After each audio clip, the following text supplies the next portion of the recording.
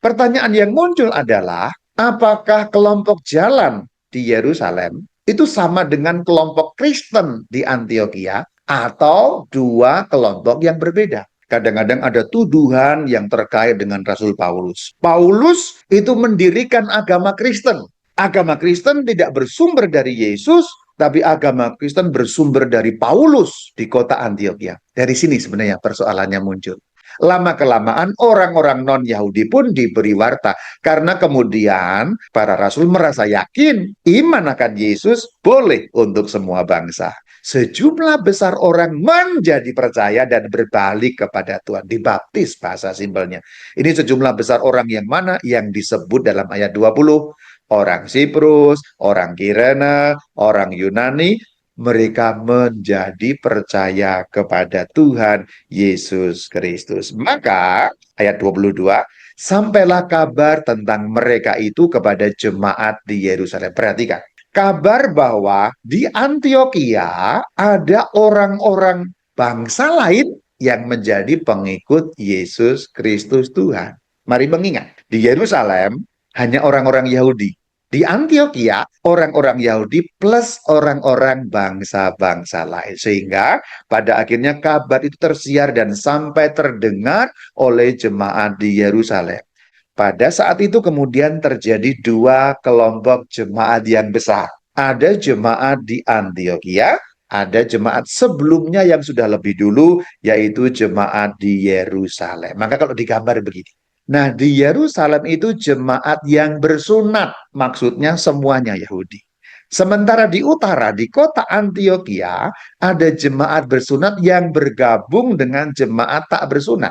Maka ada dua jenis kelompok pada zaman itu, kelompok Yerusalem dan kelompok Antioquia.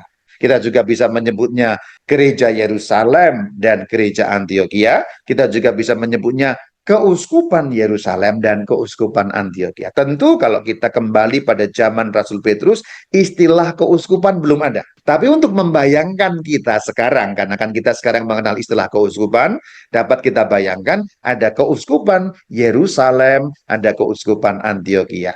Keuskupan Yerusalem dipimpin oleh Yakobus, keuskupan Antioquia dipimpin oleh Rasul Petrus yang sudah berpindah dari Yerusalem menuju ke kota Antioquia. Ciri khas Yerusalem itu jemaatnya semua bersunat. Ciri khas Antioquia ada orang-orang yang tak bersunat yang ada dalam keuskupan Antioquia itu. Penyebutannya juga berbeda. Mari kita lihat gambar di sini. Yerusalem atau kelompok Yerusalem disebut sebagai kelompok jalan. Kelompok Antioquia disebut sebagai kelompok Kristen.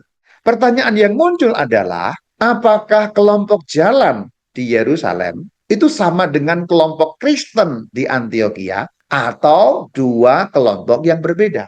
Kadang-kadang ada tuduhan yang terkait dengan Rasul Paulus. Paulus itu mendirikan agama Kristen.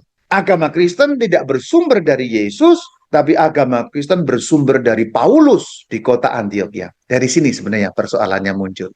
Persoalan itu muncul karena memang istilah Kristen baru muncul di Antioquia. Antioquia tokohnya Paulus dan Barnabas. Nanti juga ada Petrus di situ.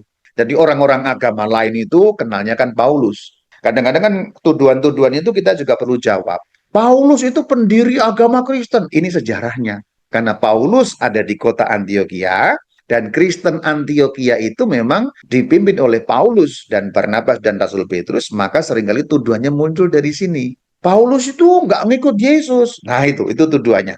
Nanti kemudian kalau kita bisa menjawab pertanyaan ini, tuduhan itu sekaligus dapat terjawab atau terbantahkan. Yuk kita jawab. Apakah jalan Yerusalem dan Kristen Antioquia adalah dua kelompok umat yang berbeda atau sebenarnya sama saja? Kita nggak akan menjawab dengan ngawur, tapi kita akan menjawabnya dengan data-data Alkitab. Kisah Rasul 11 ayat yang ke-22. Lalu jemaat itu yang dimaksud jemaat Yerusalem. Lalu jemaat Yerusalem mengutus Barnabas ke Antioquia. Perhatikan kalimat lanjutannya ayat 23. Setelah Barnabas datang kemana? Datang ke Antioquia dan melihat kasih karunia Allah, bersukacitalah ia. Kalimat yang mengatakan bersukacitalah ia artinya Barnabas senang melihat kelompok di Antioquia. Kalau dia senang, berarti dia tidak melihat suatu ancaman di Antioquia. Artinya, dia melihat saudara-saudara seiman yang persis sama dengan di Yerusalem. Kisah Rasul 11 ayat 23 memberi bukti kepada kita bahwa kelompok jalan di Yerusalem dan kelompok Kristen di Antioquia bukan dua kelompok yang berbeda. Buktinya apa? Barnabas bersuka cita.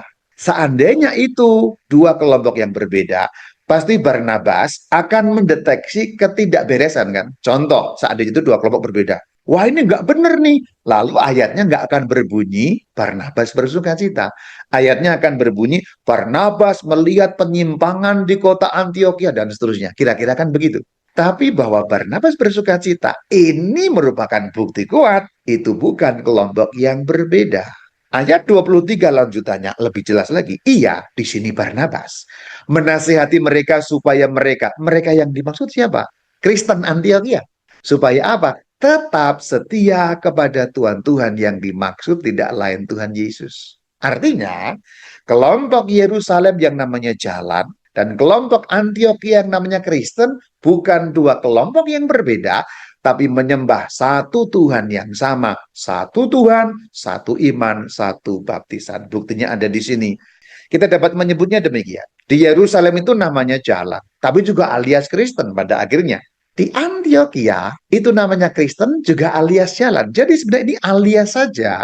Jalan dan Kristen menunjuk pada kelompok yang sama, kelompok orang-orang yang ikut ajaran Kristus Tuhan, yaitu Yesus Kristus, yang dipandang sebagai Sang Mesias oleh orang-orang pada waktu itu, baik oleh gereja Yerusalem maupun gereja Antioquia. Maka kalau kita kembali pada persoalan Paulus tadi, tuduhan orang-orang di luar sana yang mengatakan pendiri agama Kristen itu adalah Paulus.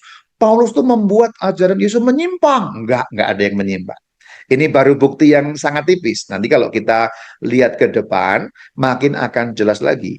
Kalau kita melihat surat Rasul Paulus, ada bukti yang begitu kuat bahwa jalan dan Kristen bukan dua kelompok umat yang berbeda, melainkan satu kesatuan. Galatia 2 ayat yang ke-9.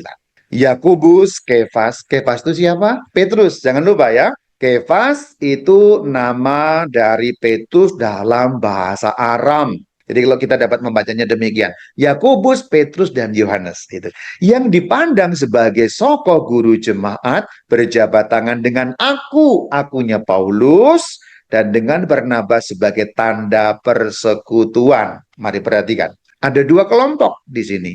Kelompoknya Yakobus, Petrus, dan Yohanes satu kelompok terpisah. Ini mewakili kelompok Yerusalem pada awalnya. Paulus dan Barnabas mewakili kelompok Antioquia. Tapi dikatakan, mereka dua kelompok tadi ini berjabat tangan. Maksudnya apa berjabat tangan? Kalimat bagian terakhir, tanda persekutuan. Artinya, Antioquia dan Yerusalem bukan dua agama yang berbeda, bukan dua kelompok yang berbeda, tetapi satu iman, satu Tuhan, satu baptisan. Nanti kalau suatu kali Anda mendengar konten dari agama lain yang menuduh Paulus membelokkan ajaran Kristus, enggak. Ini jelas. Tanda persekutuan. Artinya antara Petrus dan Paulus itu sama. Antara Yakobus dan Barnabas itu sama. Antara Antioquia dan Yerusalem itu sama. Kemudian ayat 9 ini masih ditambah lagi dengan keterangan bagian terakhir. Supaya kaminya Paulus dan Barnabas pergi kepada orang-orang tidak bersunat, dan merekanya siapa? Tiga orang, Yakobus, Petrus, Yohanes. Pergi kepada orang-orang bersunat. Jadi hanya ada pembagian karya sebenarnya. Bukan dua kelompok yang berbeda, tapi hanya pembagian karya. Paulus fokus untuk orang-orang tidak bersunat. Di sini ayatnya. Sementara Petrus lebih fokus kepada orang-orang Yahudi saja. Dua kelompok tadi bukan dua kelompok yang berbeda. Antioquia dan Yerusalem kelompok yang sama. Itulah kenapa Rasul Petrus datang ke sana. Karena Kristen Antioquia bukan agama yang berbeda. Itu sama dengan jalan Yerusalem.